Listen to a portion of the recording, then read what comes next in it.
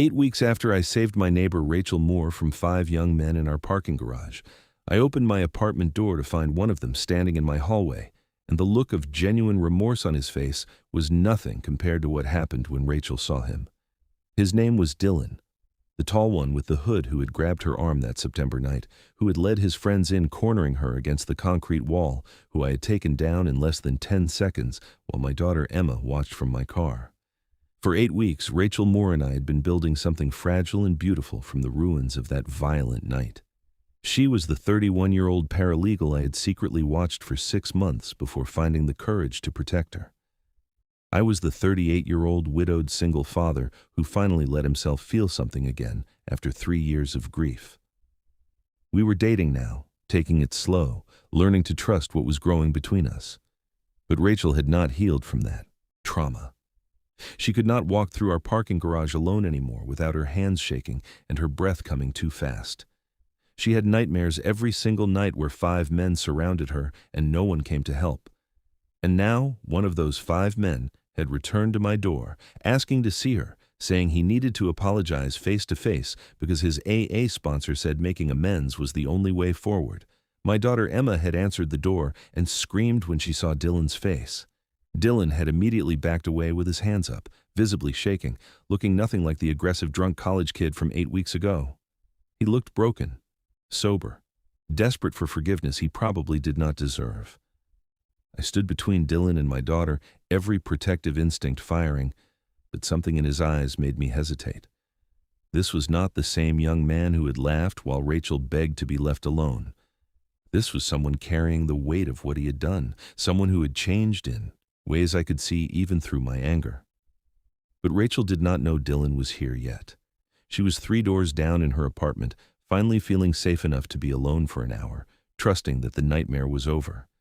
And I had to decide in the next 60 seconds whether to slam the door in Dylan's face or let him try to make peace with the woman whose terror I still saw in her eyes every single day. What happened when I brought Dylan to Rachel's door 8 weeks after he had cornered her in that parking garage? How did a woman still suffering from severe PTSD react when her attacker showed up asking for forgiveness?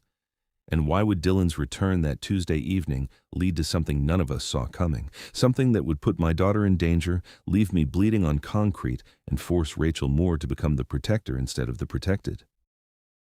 Emma was pressed against my side now, her small body trembling. "Dad, why is he here?" Her voice came out high and frightened, and I felt rage surge through me all over again. Dylan heard her fear, and his face crumpled. He took another step backward, creating more distance. "I'm sorry," he said, and his voice cracked on the words. "I'm so sorry. I shouldn't have come here. I just needed to tell her that I know what I did was wrong, that I'm getting help, that I'm trying to be better." The hallway smelled like the lasagna Mrs. Chen was cooking in 3B, normal and domestic, completely wrong for this moment. I could hear traffic outside, life continuing while I stood frozen trying to decide if redemption was real or just another kind of manipulation. Dylan's hands were shaking. He wore clean clothes, a button-down shirt and jeans, nothing like the team jersey from that night. His eyes were clear, no alcohol haze, just raw shame and something that looked like genuine anguish.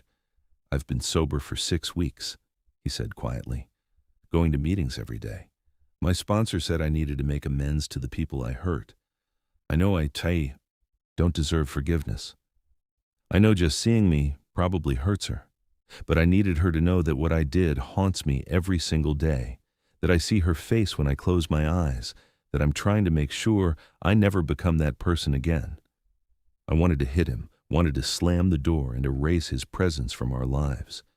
But Emma was watching, learning what her father did when someone claimed they had changed. And Rachel, 3 doors down, was still having nightmares because of this young man's cruelty. "You wait here," I said, my voice hard. "You don't move. You don't come closer. If I decide to let you apologize, it will be on her terms, not yours." Dylan nodded immediately. "I understand. I'll wait as long as you need, or I'll leave right now if that's what she wants." I guided Emma back inside, closed the door most of the way, leaving Dylan in the hallway. Emma looked up at me with those eyes that were too old for 12, eyes that had already seen her mother die in violence in a parking garage. Are you going to let him talk to Rachel? I knelt down to her level. I don't know yet, sweetheart. What do you think I should do? She thought about it seriously. Mom used to say people can change if they really want to, but she also said we have to protect people who are hurt. Rachel is still hurt, Dad. I can see it. She was right. Rachel was still hurt. Every night when I walked her to her apartment after dinner, she would pause at the parking garage entrance and take 3 deep breaths before she could make herself go through. She carried pepper spray now in her hand, not her purse. She startled at loud voices. The professional confidence I had admired for 6 months had been replaced by constant vigilance, and I hated Dylan for that. But I also knew Rachel. Knew her kindness, her belief in second chances, her work helping people through the legal system because she thought everyone deserved a fair shot. If I made this decision without asking her, I would be taking away her choice the same way Dylan had taken away her choice that night. I pulled out my phone and texted Rachel. "Can I come over? It's important," she responded immediately. "Of course. Everything okay?" I didn't answer that. Instead, I told Emma to stay inside with the door locked, told Dylan to stay exactly where he was, and walked the 3 doors to Rachel's apartment. She opened on my first knock, her smile fading when she saw my face. "Nathan, what's wrong?" My hands were shaking now. "One of them is here, one of the guys from that night, Dylan. He says he wants to apologize to you." Rachel's face went white, all the color drained out of it like someone had opened a tap. She grabbed the doorframe to steady herself. "Here? In the building?" Her breathing started to speed up, that familiar panic response I had learned to recognize. I stepped closer, took her hands. "You don't have to see him. I can tell him to leave right now. I just wanted you to know, to let you decide." She was shaking, her whole body trembling. Why would he come here? Why now? I told her what Dylan had said, about being sober, about AA and making amends, about the shame he claimed to carry. Rachel listened with tears streaming down her face, her breath coming in short gasps. When I finished, she was quiet for a long time. Then she said something that broke my heart. "Does he look different? Less scary?" I thought about Dylan in the hallway, broken and repentant. "Yes," I said honestly. "He looks like someone who's suffering." Rachel closed her eyes. "I see his face every night, Nathan, every single night. I'm so tired of being afraid." She opened her eyes and looked at me with such vulnerability it physically hurt. If I see him now, in real life, when he's not trying to hurt me, maybe it will help. Maybe I can stop seeing the monster and see just a person who made a terrible mistake, or maybe it will make everything worse. I don't know, but I need to try. I need to take back some control. I wanted to say no, wanted to protect her from any possibility of more pain. But this was her choice to make. "If you want to do this, I'll be right there with you, the whole time. And if at any point you want him gone, he's gone." Rachel nodded, wiping her eyes. "Okay, bring him here.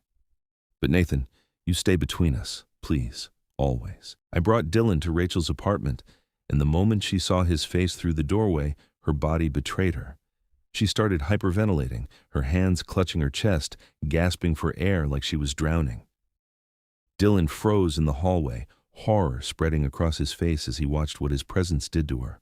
"Oh God," he whispered. "Oh God, I'm making it worse." He started backing away immediately, but Rachel held up one shaking hand.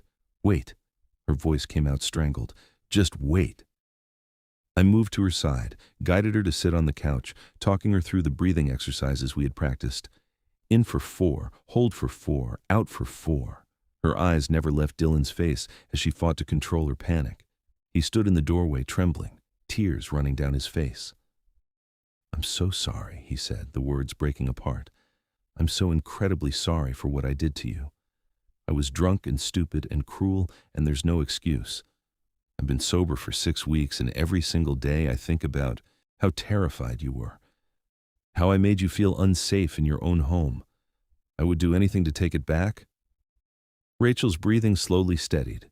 She looked at Dylan with eyes that held both fear and something else. Something like understanding. "You really changed?" Dylan nodded, unable to speak. Rachel's voice came out quiet but firm. Good. I hope you stay changed. I hope you become someone who protects people instead of hurting them. But I need you to leave now. This is all I can handle today. Dylan understood immediately. Thank you for letting me apologize. I don't deserve your kindness. He turned to leave, and that's when we heard the shouting from the parking garage, loud, aggressive, drunk. Eric's voice carried through the open stairwell. Where is that old man? Where's Dylan? I'm going to finish what we started. Dylan's face went pale. Eric. He's here. He's been texting me all week saying I'm a traitor for going sober. Rachel grabbed my arm, terrified. Nathan, don't go down there. I pulled out my phone to call the police, but Dylan was already moving toward the stairs. This is my fault. I have to fix this. I ran after him, hearing Rachel's frightened voice behind me. Nathan, please. We reached the parking garage to find Eric with two men I did not recognize, all three clearly drunk. Eric saw Dylan first and his face twisted with rage. There you are, traitor. Came to apologize to the girl. You're pathetic. His friends moved to flank him, and I realized with cold clarity that this was going to be worse than 8 weeks ago. Eric pointed at me. And you? Thought you were some kind of hero? Tonight you learn what happens to heroes. Eric's two friends rushed us simultaneously. Dylan stepped forward to meet them, trying to protect me, but he was not trained. One of them hit him hard, and Dylan went down. I moved on instinct, years of martial arts training taking over, but 3 drunk aggressive men was different from 5 scared college kids. I took down the first one. Quickly, a clean strike that left him gasping. But while I was focused on him, Eric's second friend hit me from behind, a cheap shot to my kidney that dropped me to one knee. That's when I heard Emma scream. Dad! She had followed me down with her friends from school, and now my 12-year-old daughter was watching me get hurt. The distraction cost me. Eric's fist connected with my face, and I felt my head snap back, tasted blood. I hit the concrete hard, my vision blurring. Through the haze, I saw Eric standing over me, pulling his fist back for another hit. Then, Rachel was there. The woman who could not walk through this garage alone without shaking. The woman who had nightmares every night. She stepped between Eric and me with the pepper spray I had given her weeks ago. The spray I had insisted she carry just in case. Her hands were steady. Her voice was steel. Get away from him. Eric laughed, drunk and stupid. Or what, sweetheart? Rachel sprayed him directly in the face.